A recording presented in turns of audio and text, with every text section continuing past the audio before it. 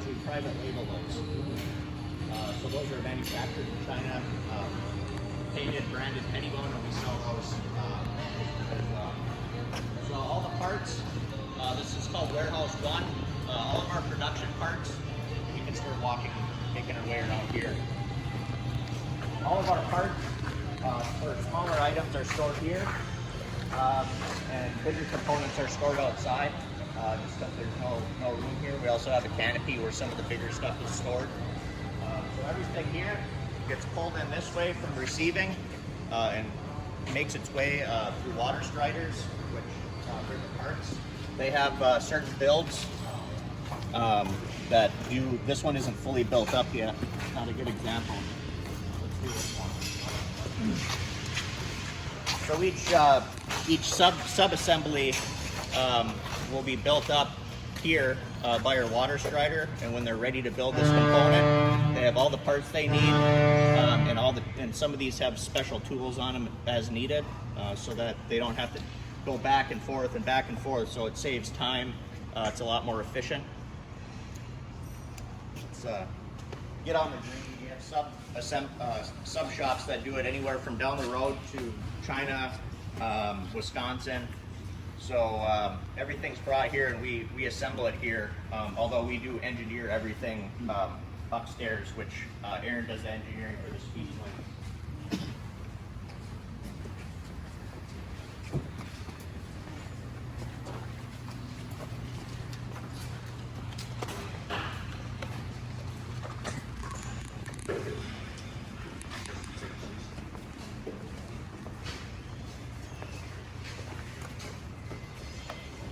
This is receiving, where all of our items come in.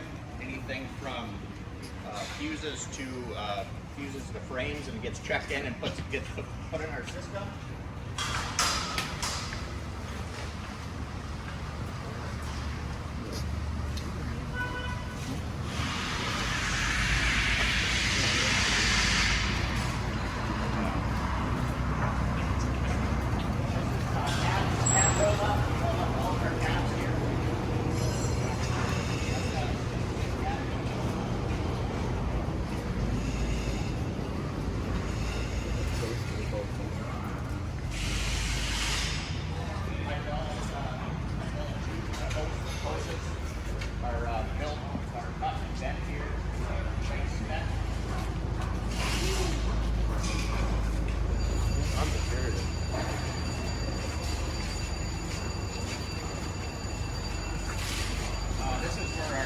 Get built up. They get mated to the transmission, the torque converters, and that one's going into a telehandler pod, engine pod.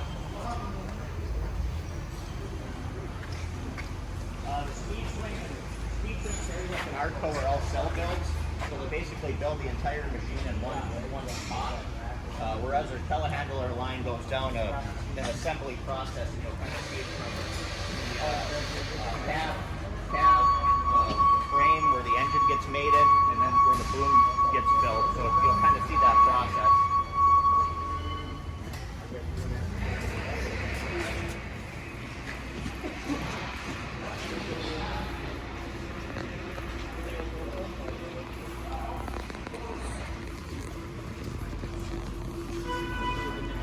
They do telehandler boom build up here. Put the booms together, and then they get mated. It'll get mated to this machine here. Checkout area. So when our machines are done being built, they'll come out to checkout. They'll make sure that when it's configured properly, that there's no leaks, that everything works. There's no engine lights. And then they'll bring them outside. Use cycle tests on the test, make sure it can pick up the proper capacity. And then they'll sign off on them, and then they'll be ready to go to the customer. There's no sequence to check out right now, but it'll all be put in the same spot. Yeah. And you guys ship they're all shipped on trucks. Yep. Sure. That's an Arco. That's an Arco. It's off-road buggy. Though it has big balloon tires on it, and they'll. I'm not sure how that one's configured. We do a lot of different configurations, like dump beds or grills. Yeah, it's a big truck. Yeah.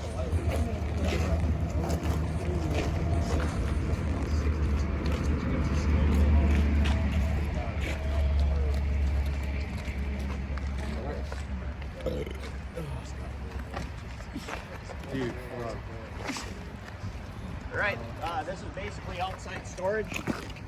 There is a, we'd call this would be facing north. We call it the north yard, east yard, and south yard.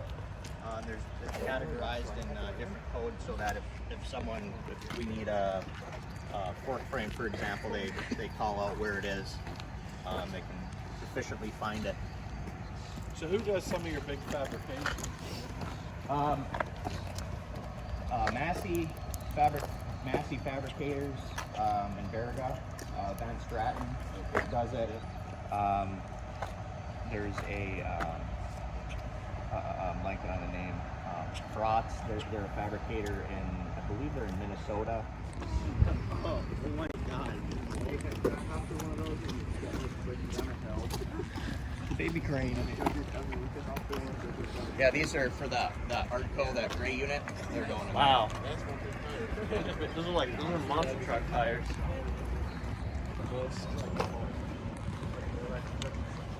You get a 6x6. You're making a 6x6 monster truck.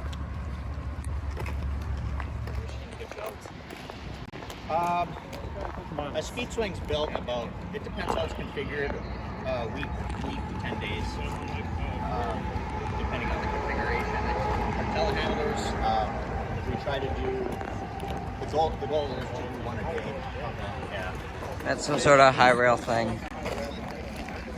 Oh yeah, that's what I saw when we were going over the crossing.